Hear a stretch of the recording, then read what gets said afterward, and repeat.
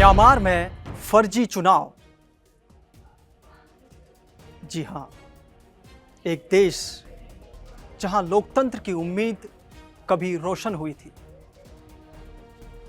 वहीं अब उसकी रोशनी बुझती नजर आ रही है। ये चेहरा आपके सामने है। ये कोई आम शख्सियत नहीं है। ये हैं म्यांमार की नोबेल शांति पुरस्कार विजेता आंग सान सू की। 2021 में म्यांमार की सेना ने एक झटके में इनकी चुनी हुई सरकार गिरा दी और अब 2021 में म्यांमार की सेना ने इनकी चुनाव सरकार गिरा दी, लेकिन अब 5 साल बाद वही सेना खुद चुनाव की घोषणा कर रही है। लेकिन सवाल यह है, क्या यह चुनाव सचमुच लोकतांत्रिक है? क्या म्यांमार के लोग वास्तव में अपने नेता चुन पा रहे हैं या यह सिर्फ दिखावा है, एक फर्जी खेल जहां सेना का ही दबदबा रहेगा? आंग सान सू की कहां है? क्या वे सुरक्षित हैं? उनके बेटे को सिर्फ अधूरी जानकारी मिल रही है। देश में लोग डर के साए में जी रहे हैं। विद्रोही गुट सशस्त्र हैं और हिंसा हर जगह फैली हुई है। और फिर भी सेना और उनकी प्रॉक्सी पार्टी यूएसडीपी दावा कर रही है कि उन्होंने बहुमत जीत लिया। विश्व के निगरानी संगठन इसे फर्जी खेल बता रहे हैं। यह म्यांमार की हकीकत है, जहां लोकतंत्र और सैन्य सत्ता के बीच जंग लगातार जारी है, जहां भविष्य अंधकार में डूबा है और हर एक नागरिक, उनकी जिंदगी इस खेल का हिस्सा बन चुकी है। 2020 में म्यांमार में चुनाव हुए थे। नेशनल लीग फॉर डेमोक्रेसी यानी एनएलडी आंग सान सू की पार्टी ने लैंडस्लाइड जीत हासिल की, यानी जोरदार जीत हासिल की 2020 के चुनाव में। देश में लोकतंत्र की उम्मीदें जगी थी, लेकिन सेना, जिसे तात्मडाव कहा जाता है, उन्होंने 2021 में दावा किया कि चुनाव में धांधली हुई है। आंग सान सू की और उनके मंत्रियों को गिरफ्तार कर लिया गया, उनकी पार्टी को भंग कर दिया गया, सत्ता हथिया ली गई और मिन आंग ह्वाइंग सेना प्रमुख बने। तख्ता पलट के बाद म्यांमार में गृह युद्ध छिड़ गया। विद्रोही समूह ने हथियार उठाए और कई हिस्सों पर नियंत्रण जमा लिया। देश का हर कोना हिंसा और भय में डूबा हुआ था। कई इलाकों में वोटिंग संभव ही नहीं थी। और अब 2025 में फिर चुनाव हुए। पहला चरण 28 दिसंबर को पूरा हुआ। सेना की प्रॉक्सी पार्टी यूएसडीपी ने बहुमत का दावा किया है, लेकिन सवाल यह है कि ये चुनाव फ्री और फेयर हैं या नहीं। यूएन, अमेरिका और यूरोपियन यूनियन ने इसे फर्जी खेल बताया। कई टाउनशिप में वोटिंग कैंसिल रही। 330 टाउनशिप में केवल कुछ ही हिस्सों में मतदान हुआ।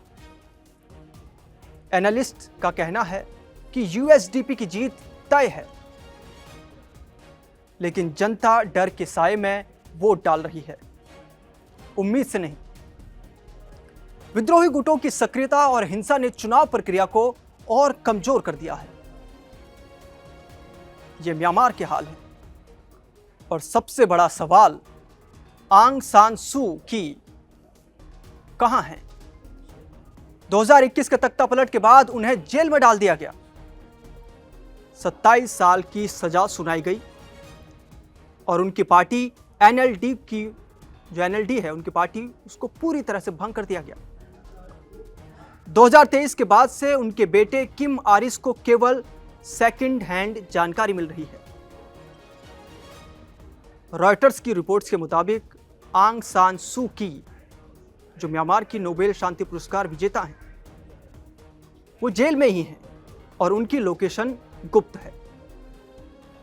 सेना कहती है कि उनकी हालत ठीक है, लेकिन कोई प्रूफ या साक्ष्य नहीं है कि वे कैसी हैं।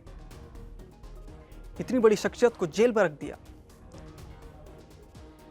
ये म्यांमार के हाल है। सेना ने ऐसा कदम उठाया कि चुनाव में कोई चुनौती ना रहे। देश में विपक्ष की आवाज को पूरी तरह दबा दिया गया। तख्ता पलट के बाद म्यांमार में हिंसा लगातार बढ़ी। विद्रोही गुटों ने कई हिस्सों पर नियंत्रण जमा लिया। लोग अपने घर छोड़कर भाग रहे हैं। म्यांमार में गृह युद्ध जैसे हालात हैं। आपको यकीन हुआ कि भारत के पड़ोसी भी इस हाल में जी रहे हैं। भारत के पड़ोस में क्या हो रहा है? लाखों लोग म्यांमार में बेघर हैं, एक दूसरे से बिछड़ चुकी है। खाद्य संकट और स्वास्थ्य सेवाओं की कमी ने स्थिति को और भयावह बना दिया है। युद्ध की आग में फंसे लोग हैं, वे चुनाव में भाग नहीं ले पा रहे। जहां वोटिंग हुई वहां भी डर और हिंसा का माहौल था।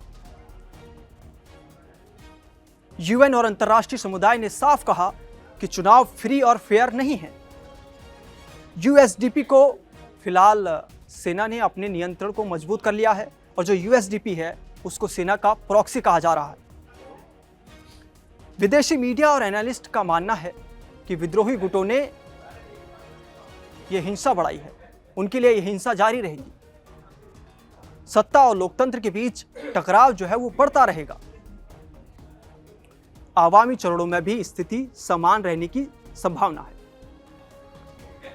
और देश में मानवीय संकट बढ़ता रहेगा। म्यांमार की राजनीति में अब भी डर और नियंत्रण है। लोकतंत्र की उम्मीदें दबा दी गई हैं। यूएसडीपी और सेना के बीच गठजोड़ ने नागरिकों की आवाज को कमजोर कर दिया। आंग सान सू की, उनकी मौजूदगी गुप्त है।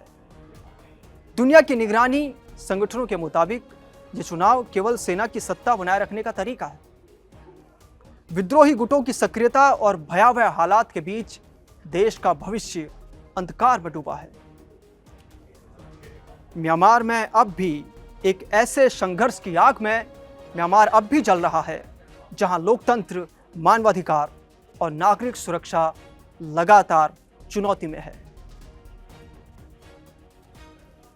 ये हमारे पड़ोसी देश म्यांमार के हाल हैं, जहां अभी गृह युद्ध जैसे हालात पनप रहे हैं, जहां लोग बेघर हैं। आपको इस खबर पर क्या लगता है? अपने सजेशन जरूर कमेंट करें और देश और दुनिया की तमाम बड़ी खबरों के लिए आप देखते रहिए कड़क। नमस्कार।